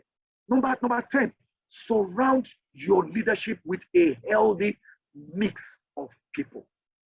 Not just one set of people. A healthy mix. Not just a mix, a healthy mix of people. Number 11, don't be too quick to label, but choose to understand people. Don't label people. You are lazy, you are talking, you are arrogant, you are prideful, all those things. Understand them. And finally, I don't know why it's 12. I don't know. I just came out. I guess I just ran out of space when I was typing them out. Number 12, never attack people's personality or somebody's personality. Focus on and deal with sin and character flaws. Let's go about character, not personality. Character. Somebody who can develop a character of selfishness, not sharing. Those are introverts. Somebody who is an extrovert can develop a character of arrogance. Arrogance is not a gift, it's a vice. So when you are dealing with people, attack their personality, go after the character flaws of people. And so, brothers and sisters, thank you for coming. I'm very, very encouraged by the number of people that showed up for this recording. And this is where the recording, the class officially stops. This is the 16th personality test, and this class hopefully will be given out to all the regional leaders or evangelists. In turn, they'll give it to their Bible talk leaders. We're going to use it as an add-on to train for the redefining discipline. We're redefining it. Even as we're looking at all those gears, gear 1, gear 2, counseling, mentoring, coaching, everything. As I look at the people, look at their personality, look at your own. Sometimes you might not be the best person to get involved in a situation. Your personality might not be ideal for a particular situation. Let's have the humility of God to know our strengths, to also appreciate other people's strengths, and also to be mindful of those questions that will also be part of challenges that we may have. So if you have questions, this is where recording and people who are just see if we can take some. Very grateful because time this video is played, I might not be there in any of these regions to answer any of the questions. So if you have a question at this time, I'm going to allow people to unmute themselves. You can put up your hand. We have Ayodeji Adetula. Thank you so much, my brother. Ayodeji Adetula. You can go ahead and unmute yourself. You're already unmuted and speak. Okay, so thanks so much, Emmanuel. I got to hear about this class just tonight, and I just asked what's the title. I looked out for it. I saw the title, and I was really excited to join. I joined pretty late. You've gone way into the class before I joined, and there's so much takeaway from me. And there's so many notes that I took, and the reason why I took those notes was basically just for me to be able to know how to deal with situations in my son's life, and also how to deal with my own situations as well, and also just for me to be able to take the test and know where I am at. When I listen to class like this that addresses people's personality.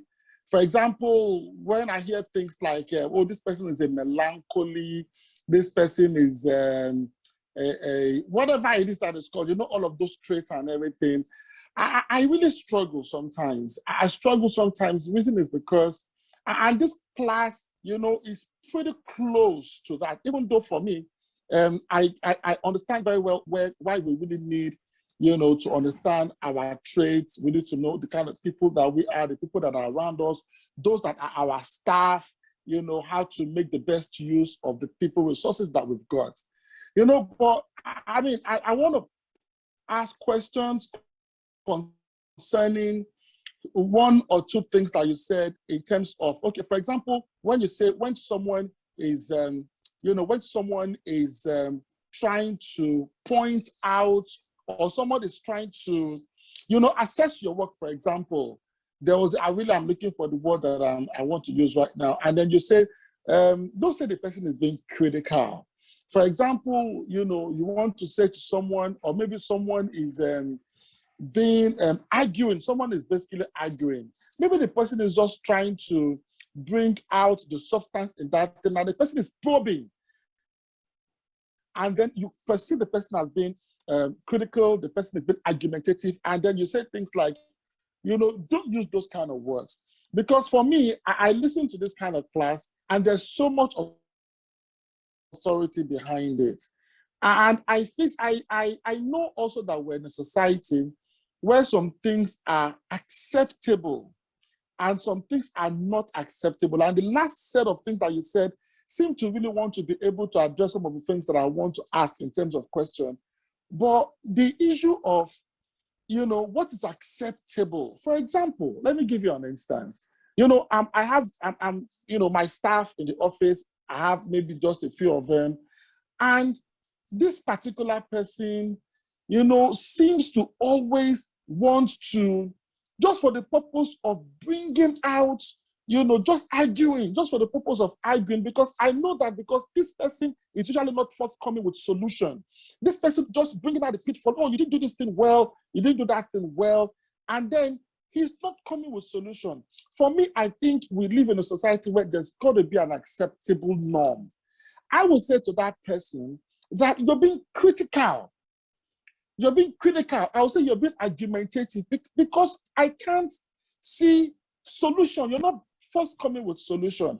And the same example you use, when you say, for example, don't say the person is, don't say somebody is insulting, or don't say somebody is dull. I can't remember the words that you use, but I don't know whether you understand my question. So in terms of specific question now, how then do you differentiate between what is acceptable and what is not acceptable? Because sin is really sin. And is this really, points to what my thoughts are on matters that are like this? If I am, I don't know, Emmanuel, me and you, we've had a conversation one time, you were in Port Harcourt, and I said, I used to be so terrible in school. What I am, the kind of person I ordinarily would want to be, is somebody that chants somebody that wants to bully people. I've done things like hurt people physically and our God was educated in school because of that. But because I became a disciple, I had to stop. I struggled, but I stopped all of those things. So if I'm the kind of person that is very, very, always very critical towards my wife, for example, it is something that it is not acceptable. I can't just simply be critical towards my wife in a way that becomes, an insult or whatever.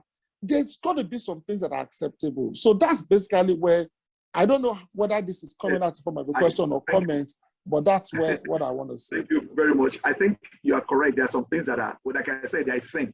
Sin is sin. That's why I mentioned about character flaws as sin. If somebody is quiet, like I have my kids, some of you guys already know my kids. My son is a thinker. He's a thinker. He's a computer analyst. He's a code writer, mathematician. Everything happens in his brain. My daughter is more of the conversation, person. She can talk. She's very sociable and every single thing. So she, for example, she might have to work on being more sensitive to people in terms of understanding how they are feeling, what she will say to them that might not come out very, very good. So she have to work on that. My son has also worked on enough to engage. So one is engaging, but we have to make sure that you don't become aggressive in your engagement. The other one is not engaging, but you need to know how to, because that's how you can survive in this society. Just like you're talking about right now, your son, your people in your staff where you work over. So that's how all of us are. So it's all to be able to understand people are different. Let's from personality. Don't attack people's personality. Don't say you're too quiet, Joe. You're too loud, Joe. No. Like, remember when the Hebraic Jews against the other Jews? What they gave them to go and divide the food. That's all. Okay, if you are concerned, then go divide the food. If nobody complains after dividing the food, then you're awesome. You know what I mean? So again, I think it calls for wisdom. Wisdom we're talking about here is not knowledge applied. It's not the wisdom that comes from what you know. It's the one that comes from who just give you what to do at the right time. So let me say it again. We do not encourage sin or sinful tendencies. Or looking at before somebody becomes a sinner, whatever. He was first a baby. Babies don't know how to hate. Babies don't know how to steal, whatever. It's as they grow, those things now start coming up. And in terms of words to use, let me quickly share this. In fact, I just quickly added this as part of the they were not originally there. And this is something I have. In fact, I've had this thing on my desktop for almost a year. Sorry, this thing is blacking out for almost a year, and it's 80 positive words to describe people. Like, oh, you are adaptable, you are adventurous, you are agreeable, you are amiable, you are charming. Because a lot of time we lack the vocabulary.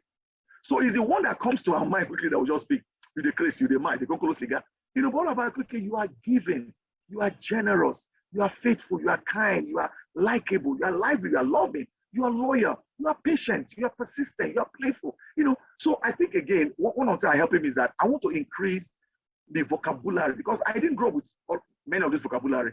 The one I grew up is the bad ones, especially like we say, if you're learning a language, the first thing you learn in this country is the one to abuse. You want not abuse, the word is abuse, so insults. So that's what you first of all learn. So we are starved of those. So the more of the positive that we think about, the more we make it so simple. People are not as bad as we think they are or they portray. There's something about them. If somebody is reserved, doesn't mean that don't call him selfish. Selfishness is a sin. Reserve is not a sin. If something is gregarious, if someone is gregarious, they're outward going, don't call him too no. We beat people down. We call them too no, you too sabi, ITK. But no, somebody is answering question in class, you say you too sabi, because you are envious, you are jealous. So I think the more positive words that we learn, the better for us. First for ourselves, first forgive yourself if you've not done it very well. Then for your spouse, for your family, for where you work. Then if somebody is wrong in terms of professionally, then there are rules. Apply the rules of engagement professionally. And if you let somebody go, let it be by grace. So someone cannot be disruptive at work because they want to play the music that they like. So if you're supposed to be calm, you can't be playing music and I won't allow you to do that because that's disruptive. Now you're happy, that Bible says so. You might say you're happy, but you are being a nuisance, to read to everybody. You have another word, obnoxious. Yeah. Annoying, people around you. So of course, but we don't use those words derogatory. Let's look for better words that will sit without necessarily making the person feel stupid. Let me just say that word. Yeah. So our time is up really. So this is what I'm going to do. Send me a WhatsApp message. All of us that are here. My number is 08037120640. I just typed it in on the chat box for everyone to see. Just send me a WhatsApp. Then I will send you the slide of this thing of this class. Then of course we are also live on YouTube, so you can go immediately and relive this experience. So that's the YouTube link. It's already there. In a short while, we are going to be turning that off. So YouTube is live, so you can go there and download it and play it. What I'm going to be sharing with the rest of the church is going to be a slightly edited one. I'm going to cut off the beginning where we're just talking. We're not just cut it off. And if there's any disturbance, I can always put it there. They type some words and everything, and we're going to have a wonderful class. So it's 4 minutes, 6 minutes to the hour. Again, I want to say a big thank you for joining. So what I'm going to do, I'm going to officially end the recording and officially end the live streaming, and so that we can now chat and have a great time. But for those of you who are going to be listening to this thing in days and weeks, maybe years to come, thank you for also being patient. And I pray that you're able to, go through this and be a better disciple. We need a better church. We need a better region. We need better ministries. Obviously, ultimately we need better disciples. I'm also work in progress. Nobody has arrived, but let's encourage one another and let's truly and indeed redefine discipling. God bless you all.